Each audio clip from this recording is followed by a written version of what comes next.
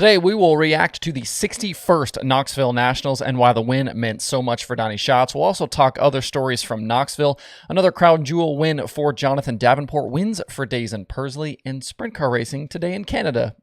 Let's go.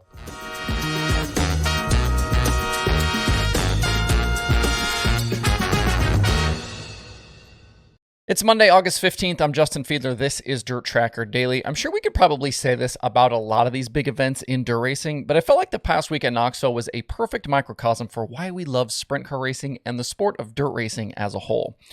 Entering the Nationals, there were a bunch of guys that could have won. There were high-profile rookies. By the time it was complete, we have no lack of topics to get into today. We had controversy, we had heartbreak, we had the elation of drivers making the main event, and we had tears from the winner. And we'll start there. With Donny Schatz and him scoring his 11th career Knoxville Nationals win, in the past 36 hours or so, you've heard and seen all of the headlines at this point. Donny's 11th win brings him to within one of Steve Kinser, who has 12. The references to Donny Knoxville, Schattsville, those terms that got coined when Schatz was dominating the sprint car capital of the world from 2006 to 2017. In that 12-year span, Schatz was beat only twice at Knoxville, in 2010 by Tim Schaefer and 2016 by Jason Johnson, and Schatz was second in both of those races. You saw the CEO of Ford, Jim Farley, tweet congratulations to Donny for the win, and of course mentioning the Ford power under the hood, which has been an ongoing topic of conversation around the TSR sprint car program in recent years. And you saw how emotional Donny and his group were in victory lane. It hasn't been an easy few seasons for the 10-time series champion, and things were made even more difficult this year with the loss of Donny's father, Danny, to cancer. This one meant something a little bit different, and for a lot of reasons. Never mind the fact that at the halfway break, Donny was running 6th and not happy with how his car was performing or how he was even driving it. But after some adjustments from Scuba and the guys and a fresh set of driving gloves, Donny was a different driver over the final 25 laps. Cautions for Austin McCarl and James McFadden aided Donny's cause, and he was second, approaching 10 laps to go. And then as laps started to wind down, it became increasingly clear that the 15 was coming and that David Gravel was fading. Donny officially grabbed the lead on lap 46, and Gravel couldn't do anything but watch the white 15 CarQuest number 15 car drive away at the end and the $175,000 win. Schatz hadn't won the Nationals since 2017, and he hasn't won the Outlaw Championship since 2018. In the time since, we've seen the rise of Brad Sweet and David Gravel and Sheldon Haudenschild and Carson Macedo and Logan Schuchart, and also the incredible moonlighting of the headline-stealing Kyle Larson. But on Saturday night, we were once again reminded of how good Donny is behind the wheel of a 410 sprint car and why he's one of the best to ever do it. I don't know about you, but I used to look at Donny Schatz like I looked at the New York Yankees or the New England Patriots, always dominating, always winning everything, kind of ho-hum. But it was hard not to be excited for him and that team and to not get caught up in the emotion of that moment on Saturday night. Elsewhere down the finishing order, we had Gravel and Schuchart grabbing podiums. Schuchart went 17th to 3rd and just nipped Tyler Courtney late in the going after transferring in from the B-Main. Both Shark cars were actually in the top 5 in the final rundown, with Jacob Allen also ending up 5th. Kyle Larson recovered to finish 6th after an early exploded right rear tire took him out of contention. Brent Marks showed speed on the night, but was never really a factor for the win. He ended up 7th. Sheldon Haudenschild hard charged from 23rd to 8th after earning a feature starting spot in the Friday Hard Knocks program.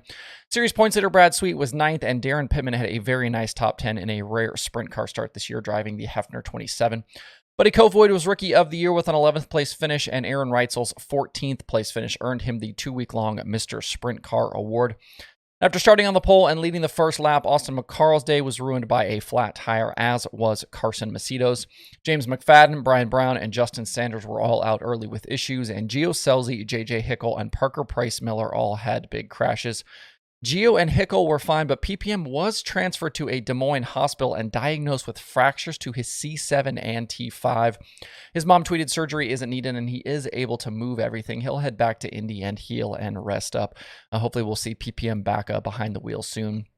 Other things we'll remember from the week are Tasker Phillips getting into the main event. Not bad for an Iowa farmer.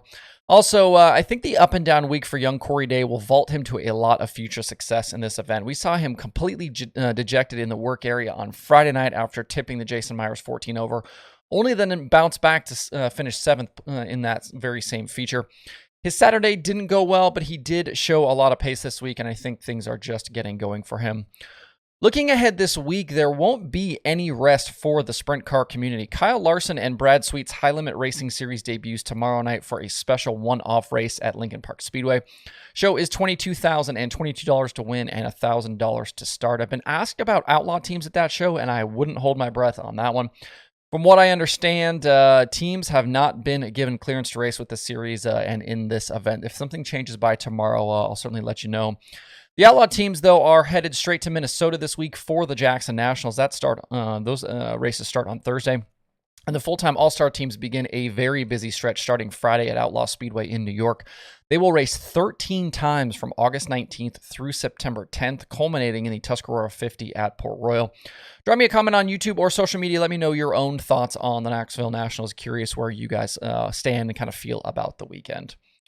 The other big dirt racing show from the weekend was the North-South 100 from Florence Speedway for the Lucas Oil Late Model Dirt Series. The crown jewels in the dirt late model racing community this season have been dominated by just a few guys, and that didn't change on Saturday night.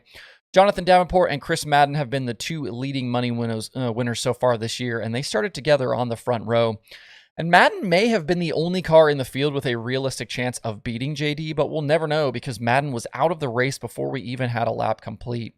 He went for a ride after hitting a bump on the opening circuit and was left with some broken pieces and a 25th place finish. Out front, incredibly, Davenport led all 100 laps and topped Brandon Overton and Dale McDowell. Those two other Georgia drivers kept Superman honest through lap traffic, but could never really make a real bid for the top spot. The $75,000 win for JD pushed his season earnings over $1.6 million. Vinny Giuliani, who is an engineer for Davenport and a past Dirt Tracker Conversations guest, tweeted afterwards they were away from the house for 38 days, and in that stretch they had 7 wins, and 3 of those were crown jewels. Not a bad month-long road trip for that Lance Landers-owned car. And the 3 crown jewels they won were the Silver Dollar Nationals at I-80. Davenport led the final 7 laps there. He also led all 100 laps at the USA Nationals at Cedar Lake, and then obviously the Saturday night North-South 100 win. And those guys might not be done just yet, as the 50,000 win Topless 100 is coming up later this week at Batesville. In the race for the Lucas Championship, it was not a good night for Brandon Shepard. Both he and points leader Tim McCready were down the order for much of the race, but T-Mac was able to move forward late in the going and salvage a top 10 after starting 20th. Shepard, though, ended up 15th and is now 200 points adrift of the 39 team. I tweeted out this yesterday from the Dirt Tracker account, but 2 of the longest top 10 streaks in the country did come to an end on Friday, with both McCready and Mike Marlar finishing outside the top 10 in those prelim night features at Florence. McCready had gone 21 straight races in the top 10, and Marlar was 13 straight. The Topless 100 weekend starts on Friday night there at the Batesville Motor Speedway. And I mentioned last week that Daison Pursley was set to get back behind the wheel with some micro stuff at Coles County over the weekend, and what a first couple of days back it was. Over 2 nights, he won 7 of the 8 features he was entered in, which is incredible given it's been less than a year since that devastating midget crash at Arizona Speedway that left him with a spinal cord injury. Hopefully this is just the beginning for Daison and that Keith Coons Motorsports squad. Before we move on to other weekend winners and racing tonight, one quick schedule note for you. The NARC 410 series out in California has canceled their August 27th race at the Stockton Dirt Track because of the ongoing tire shortages. For more details on that, head over to narc410.com. With the USMTS over the weekend, Tanner Mullins took down the 20,000 win Grant Youngins Memorial on Friday night at Lakeside Speedway. And then on Saturday at I-70, multi-time series champion Rodney Sanders busted a winless streak that goes back to May of 2021. He topped Lucas Schott and Derek Ramirez to bag $10,000. Leaving the weekend, Dustin Sorensen's points lead is just 57 now over Mullins. Other weekend sprint car winners included Jake Swanson with the MSCS at Terre Haute. Nice bounce back there for Jake after that injury he had a few weeks ago. Matt Westphal was a winner at Gas City. Caleb Montgomery took the Placerville win, and Corey Schutte was a WAR winner at Valley Speedway. Other weekend late model winners included Tanner English at Paducah, Spencer Dirks and Tony Jackson Jr. were MLRA winners, Ashton Winger and Sam Seawright were Ironman winners, and Jason Fager won the Saturday Night Mars show at Shady Hill. If you want some sprint car racing to watch tonight, check out the Canadian Sprint Car Nationals from Ohsweken. They've got 360s racing for 10,000 to win tonight, and the field will include Stuart Friesen and Christopher Bell, among others. And the cool part is you can watch it for free over on YouTube. Go find the GeForce TV G-Force TV channel and tune in later tonight. Again, that one is free. Speaking of watching dirt racing online, there are 3 shows on the streaming schedule for today. The Super Dirt Car Series is on Dirt Vision from Weed Sport. There's racing from Coos Bay on Speed Sport, and there is Flow Racing 24/7. To see the full daily streaming schedule with links to watch, head over to dirttracker.com/watch tonight. Don't sleep on the Super Dirt Car Series this week. They're starting their Summer Fast program. Got a bunch of racing coming up, and obviously we are kind of downhill now into Super Dirt Week. So a lot of these guys trying to position themselves not only in the standings but also rack up some points and things like that, get themselves into Super Dirt Week. There's still, I believe, a few of those guaranteed spots available out there for those guys. That's it for the show today. Have a good Monday. If you have thoughts about the topics on today's show, please leave them in the comments below or tweet at me. Thanks everybody for tuning in. We'll see you tomorrow for more Dirt Tracker Daily.